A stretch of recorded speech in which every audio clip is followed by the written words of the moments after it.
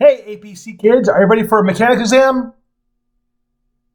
Okay, that's cool. So am I.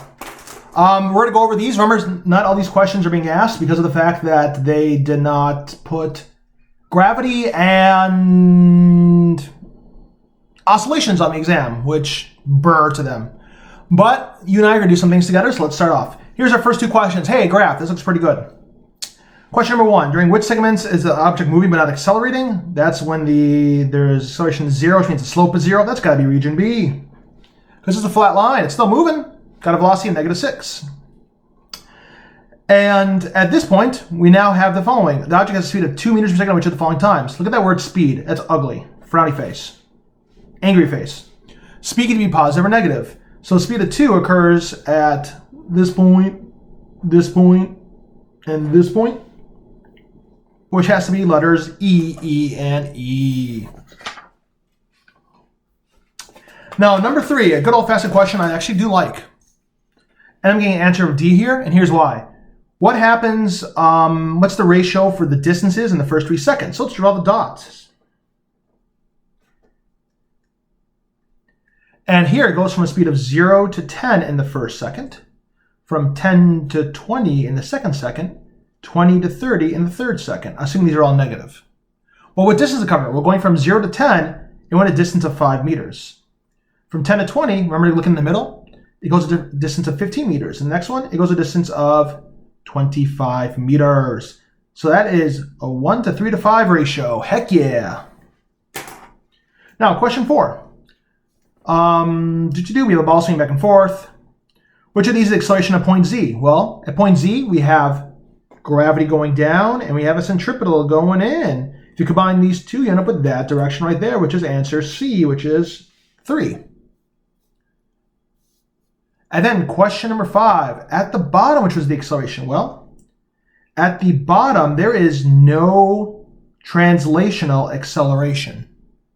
That's a 0 acceleration left and right. But there still is an acceleration centripetally, because it's still going in a circle. Otherwise, it would keep on doing what it's doing. So it's going the fastest with the acceleration of 0, but it still has that centripetal acceleration to make a curve. I gotta admit, this stuff seems kind of quaint after some E&M, you know. Question number 6. Whoa, calculus. We have an acceleration function. Which of the following determines the impulse? So I want you thinking, is impulse on your formula sheet is the integral of f dt. F is ma. All right. So from this, we have an acceleration function. I could pull out the constant, and I get delta p is ma integral of what remains. And what's integration from? 0 to t1. And the answer for that has to be E as an exclamation point. For question number 7, I can answer B. We're trying to find the integral of this graph. Well, this is the force and time graph. And you know from your equation and everything else, integration means area. So I made this into like a little triangle with fun time. I got around 8. Question 8, 9, and 10 are not covered. But question 11 is. This one actually is one of the two here I liked, but like, I did it a little bit differently than they suggested, but whatever. You're going around a curve at speed of 10. When you double when you go on the same speed without skidding, a maximum speed has twice centripetal acceleration. So what I said here is acceleration is v squared over r. If you want to double the centripetal acceleration with the same radius, you must do square root of 2 times, or 1.4 times the speed. Original speed was 10, so 1.4 times that, it gives you 14. Now question 12. Car going on the highway, slams his brakes. What happens to the distance if you double the speed? Well, using old school kinematics, velocity v gets you distance d. If you want to go 2v, what factor is it? Well, from the equation, from this relationship, the final velocity is 0, I don't care about it.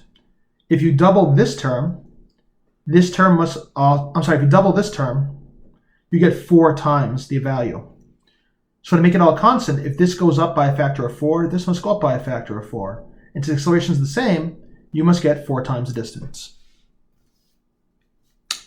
Number 13, which kind of surprised me for being on here. Find the mass of the second block if you have all the stuff. Okay. F equals ma. 3 times 2 gets me 6. With the same force, if you only have an acceleration of 6, the mass goes down to 1. Yeah. You triple the A, you get a 1/3 the mass. 1e. And now for the trick one. This one I do not like. Grr. You got a box on there. It's going at constant velocity. What's the friction? Your immediately first thought is, oh, I'm going to do mu times normal force. Using static, of course. But remember, static, this is the maximum friction it could have. It doesn't have to have that. It's as much as it can be. Since everything's going at a constant velocity here, these two things are moving together. This must mean its also net force is 0. Well, if friction's pushing it backwards or forwards, there's another force there to cancel it out. But there's nothing there. There's nothing like on it. So since it's already moving, it has to be frictionless, which is answer A. Yep, don't like it, but okay. And then we keep on going. I believe to question number 19, which I'm, of course, right, because the rest of them deal with gravity orbiting. So here we go. We have a velocity on a track with this weird function. Question 19. This is a velocity. Which is the greatest speed? Again, speed can be positive or negative. Obviously, that's got to be d. It's the largest value. At what point does it change direction? Going from positive to negative. That's point C. Because you're going from a positive to a negative there. And then we go to this. We have these weird balls dropping situation here. Ball X is thrown up. Ball Y is thrown to the side. Ball Z is thrown straight down. Notice something. They have the same velocity, same masses. So they all have the same potential energy and kinetic energy. Cool. 21. Which of the spheres initially collide with the ground?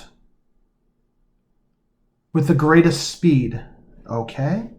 Well, if they all have the same energy, that must mean they have to all hit with the same overall velocity, which is 100% true, which is E.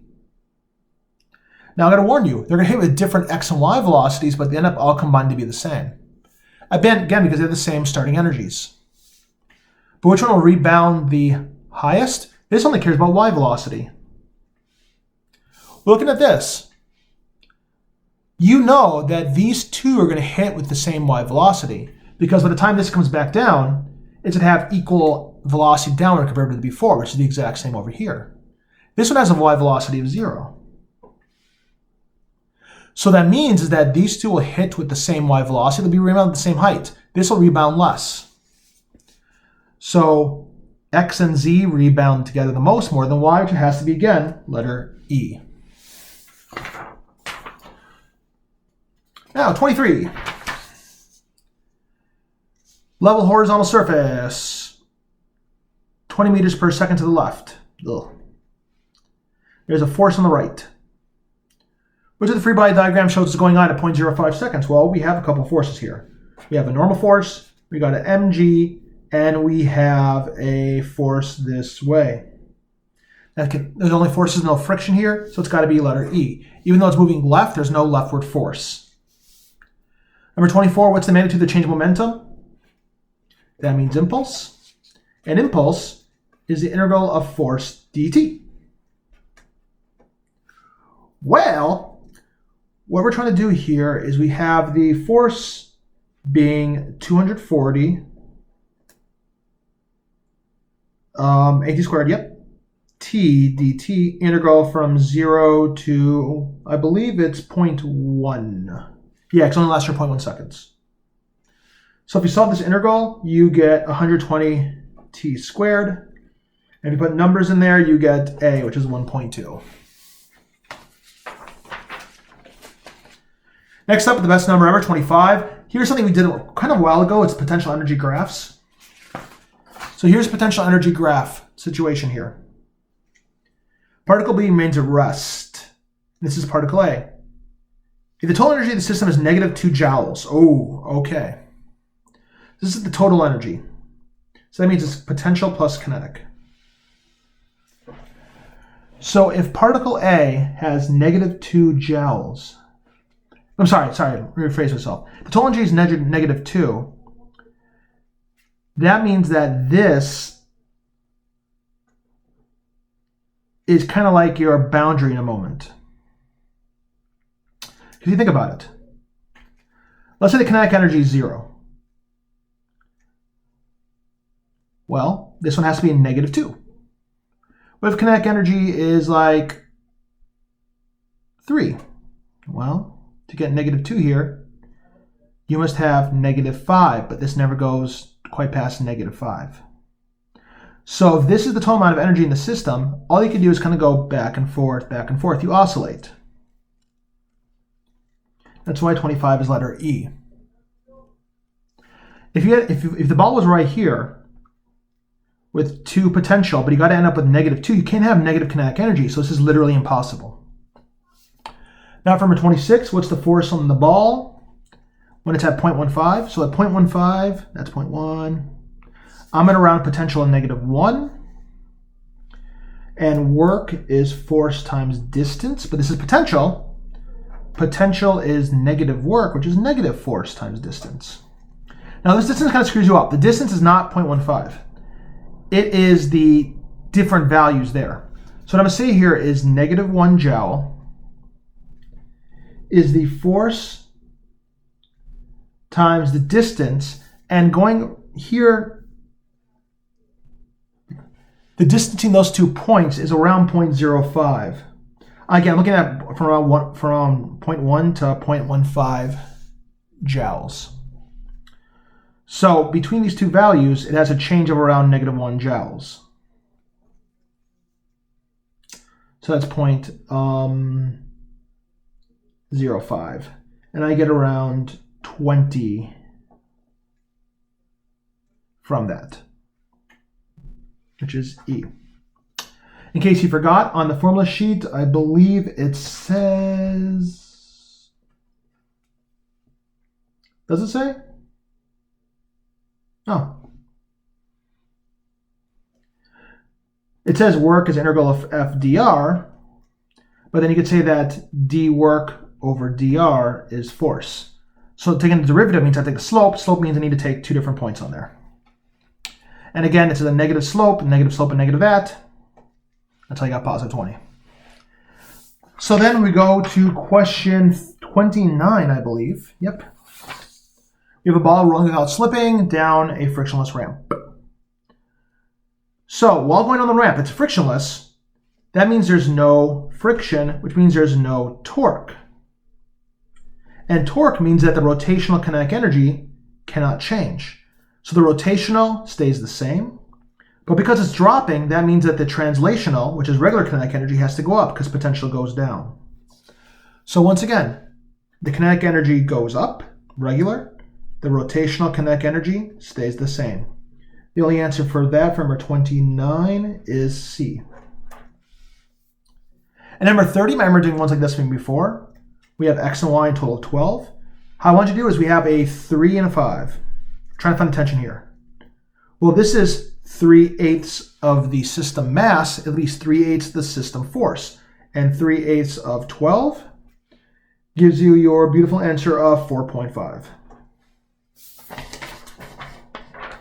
And then apparently we're trying to model AP biology, which is just disgusting. Question number 31, 32. Here we have an arm and a head with 2 distances. First one says, what's the center mass of the system? Well, you know, center of mass on the formula sheet is this. So you have 2 objects here. The first one has a mass of 4, and it's at a distance of 0.3 from the end. The second one has a mass of 1, and it's a distance of 0.05 plus 0.6 from the end, and the total mass is 5. Solve that out, you get 0.37. Remember, this, if you're looking at this as the 0 point, then this distance has to measure from the 0 point. And then we have this. You set your head up. What is the torque exerted by the weight of the hand with respect to the shoulder? So I'm trying to find this from here? Well, torque is force times r perpendicular. Force is going to be 10. R perpendicular is 6. And I get 6. Woo! We're almost there. Question 33, 34, and 35. 33. Look at that. It's calculus. Okay. We have a velocity function. Which of these would be displacement? Oh, man, this is the basics. Great. All we have to do is just integrate this thing because we know displacement is the integral of velocity. So if you integrate this, you just get alpha t cubed over 3 plus beta t squared over 2 plus alpha gamma t plus c, but screw that. And because it's starting at 0. And the only answer for that has to be D. The next one says, what's the acceleration? Oh, man, this is easier. Gimme. It's dv dt, which is the derivative. See the derivative of this. And you went up with C. Who said 58% it's a pass? And then finally, 35.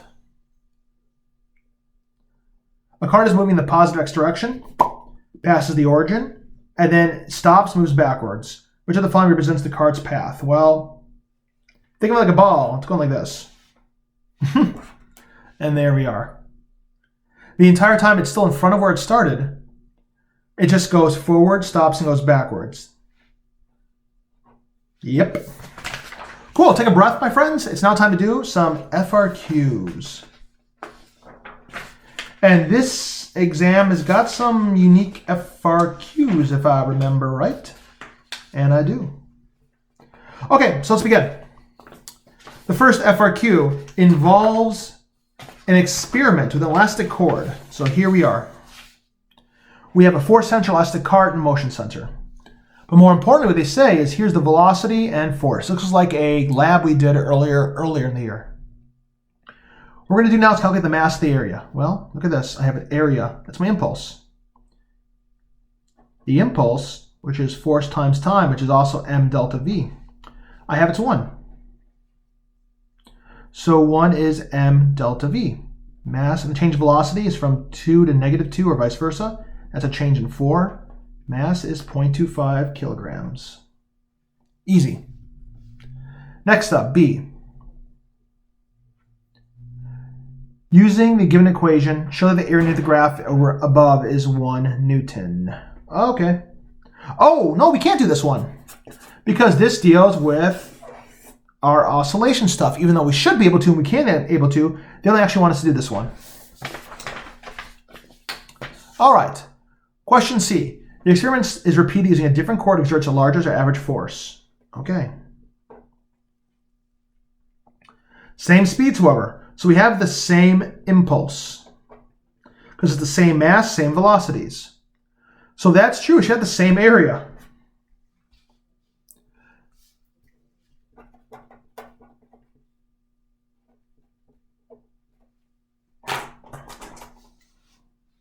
But now we can use the fact that it's an ideal spring. So for springs, we can use kx, and the energy is 1/2 kx squared. Please express the maximum change in length of delta x. Okay. Since I want velocity in there, that means this is not good. I'm going to be using energy here because I want velocity, k, and m. So this is the energy situation. I want to find the max change in length. So I'm going to use the basic relationship. The potential at max equals the kinetic energy at max. Kinetic energy at maximum occurs at the initial velocity. So 1/2 kx squared, which is my goal, is 1/2 mv squared, where this is v naught. Solving for x, you get square root of m v naught squared over k, which I'm going to pull out for the next part as v naught square root of m over k. And then we have graphing stuff. You can see right here that what the next thing to do is you have to do some weird stuff here involving graphing.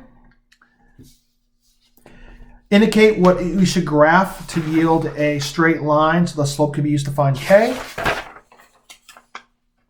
Well, manipulating my equation around, I have this from before. So manipulating it and solving it, I get k is mv squared over x squared. So I'm going to put mv squared and I'm going to put x squared. That'll be my way of doing it. Then you just graph it. You get woo! And using your best fit line, solve for it. Using this, I just have to solve for it, and I end up with around 40 newtons per meter.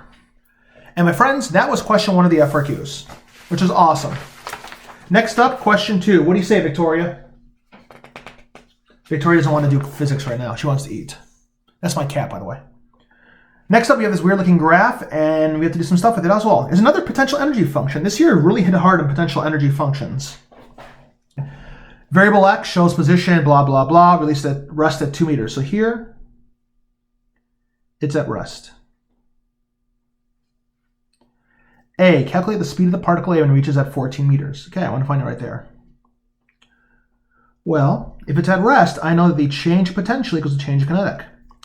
From here to here, the change of potential was 2.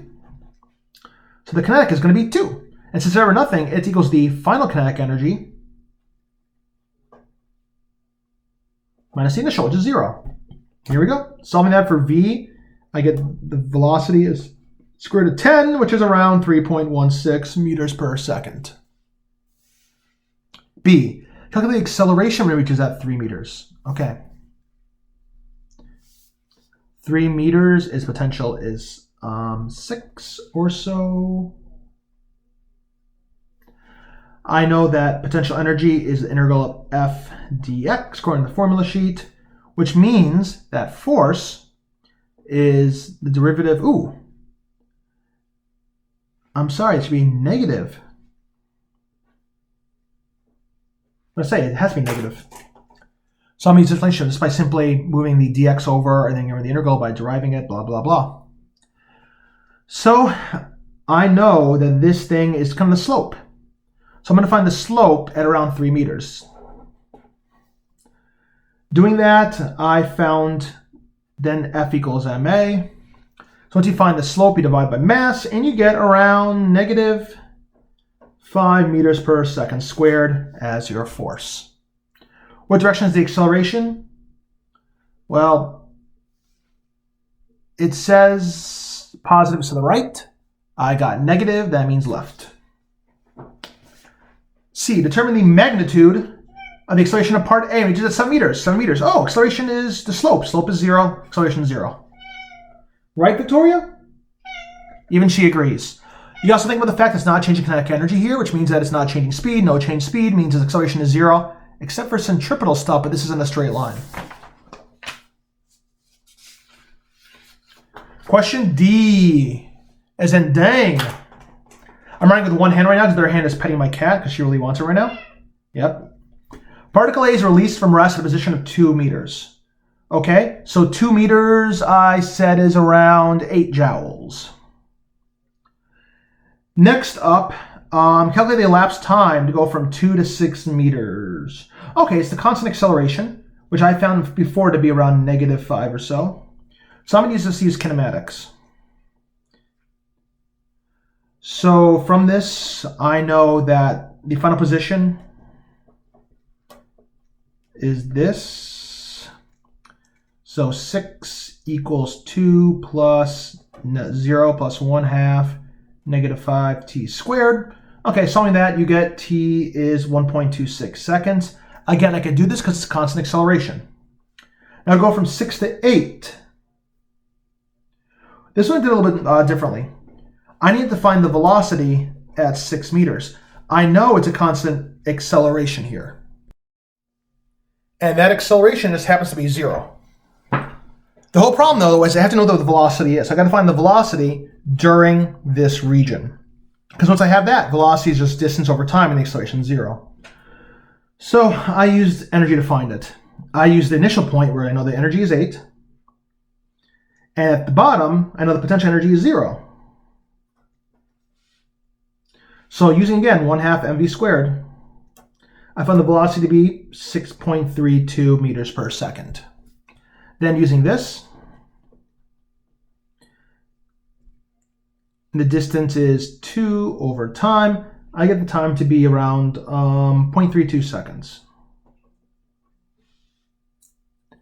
And finally, calculate the elapsed time to go from 8 to 14. I know the starting velocity is this. I know that at 14, it ends up being the same energy and the same speed as it did when I found in part A. Because at 14 meters, it's the same speed as at 3 meters, which I found to be 6.32. Beautiful. Wait, that's not right. No. It is 3.16. So now I need to find the time. I'm going to first find the acceleration using kinematics.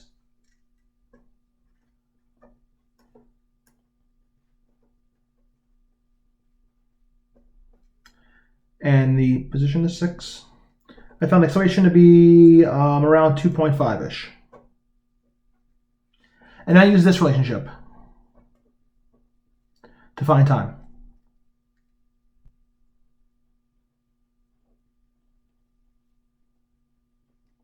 And I got the time to be of around 1.26 seconds again.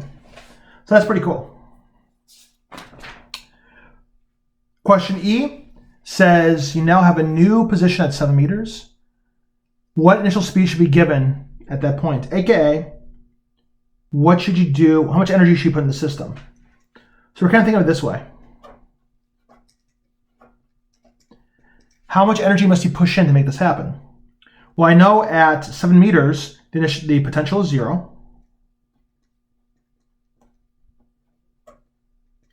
And I wanted to have, at position 16 meters, where there's a potential energy of 6, and I want to have this much speed. Solve that for V. Since they give you positions and velocities, this is straight up conservation of energy. And finally, in the graph below, draw carefully the force. Well, there are only 3 regions. I found the accelerations, thus I can find the force.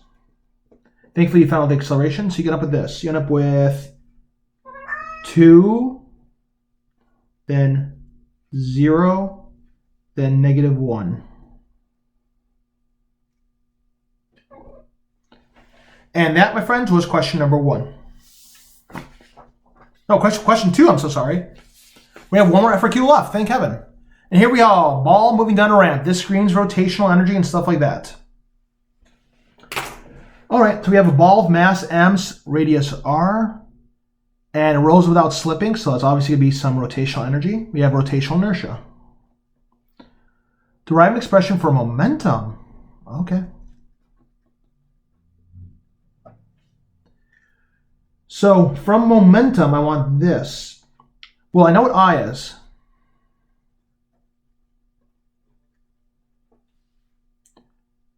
M, R, H. Oh man, so I gotta get omega in terms of H. Okay. So what I'm gonna do here is I'm gonna use energy to get omega in terms of H.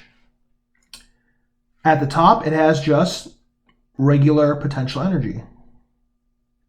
And at the bottom, it has no longer any potential, but it has both forms of kinetic.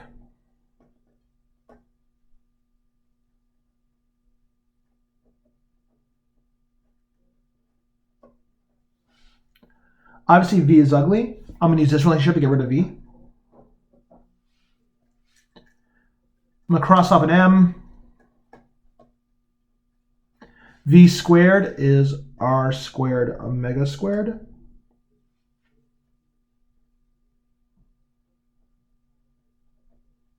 These should all be capital R's, whatever. And this looks pretty good. So if I solve for it,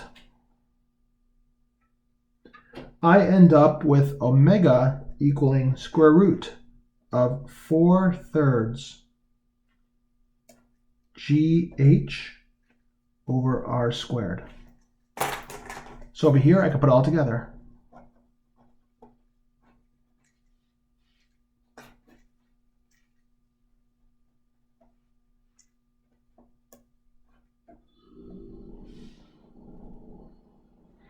You can clean this up if you want. You can pull an R squared, take an R out, blah, blah, blah. I don't care, but yeah.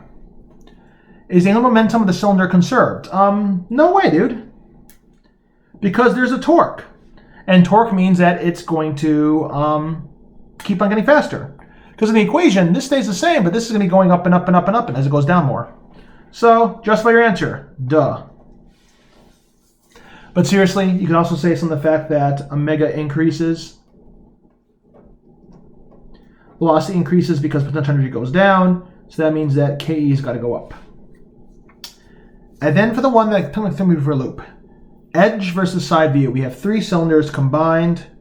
Derive an example for the rotational inertia of the toy around its center. The total of the toys would be all 3 added up.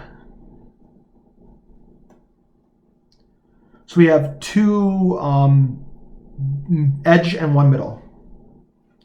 The middle is this. The edges are this.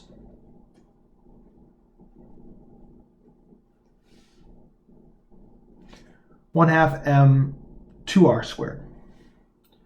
If you put them all together, you end up with this result. Again, there's 2 of them, and they're each a cylinder, which is 1 half mr squared, but instead of regular r, it's 2r.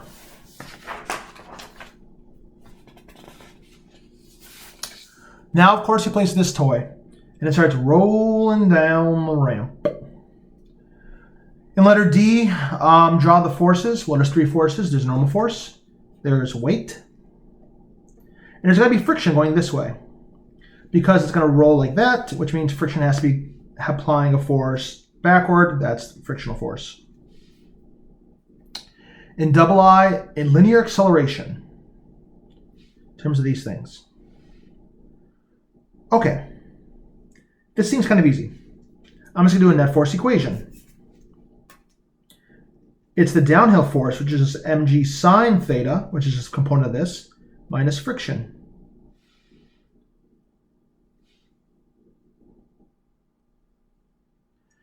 Okay. So I'll write this out. So at this point, the mass is 3ma, is 3mg sine theta minus, now here's the problem.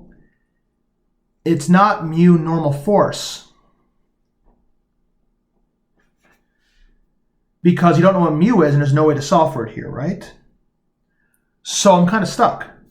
You're thinking it should be mu mg cosine theta, which is true, but then you can't get rid of mu. So what I'm going to do is I'm going to do the following. I'm going to turn friction using rotational stuff. So friction times r perpendicular, which is what I want, is a torque. And the torque is I alpha. So friction is I alpha over r. And we don't want alpha, we want regular A. A is our alpha. So now friction is I A over R squared. Because solving for alpha, you get that. But of course, I shouldn't be in there. And plus, we know what I is from earlier. So if I rewrite it out again, 3ma equals 3mg sine theta minus I, we know, is that 9/2 mr squared A over r squared. The r's cancel out, which is fantastic. There ain't no r's in this answer. So pretty much then you have to combine these and solve for A. You can cross off a 3m if you want, take out a 9, blah, blah, blah. And once this all happens, you can see that the r's cancel out. You're left with just A is going to be equal to 2/5 g sine theta. And that, my friends, is actually how you're supposed to do it. Triple I, derive force of friction. Well, ironically, we know force of friction is this term, which is 9/2 ma. And we also know what A is now.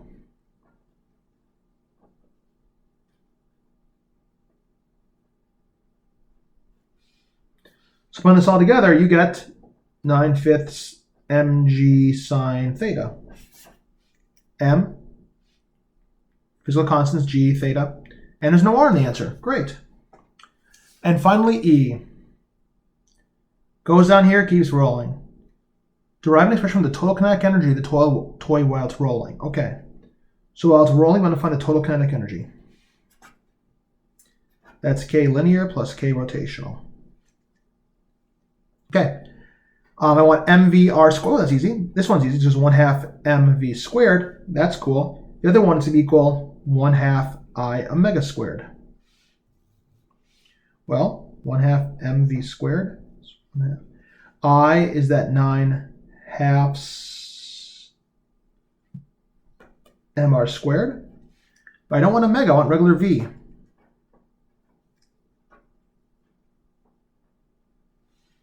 Boom. You can again see how the r squares cancel out.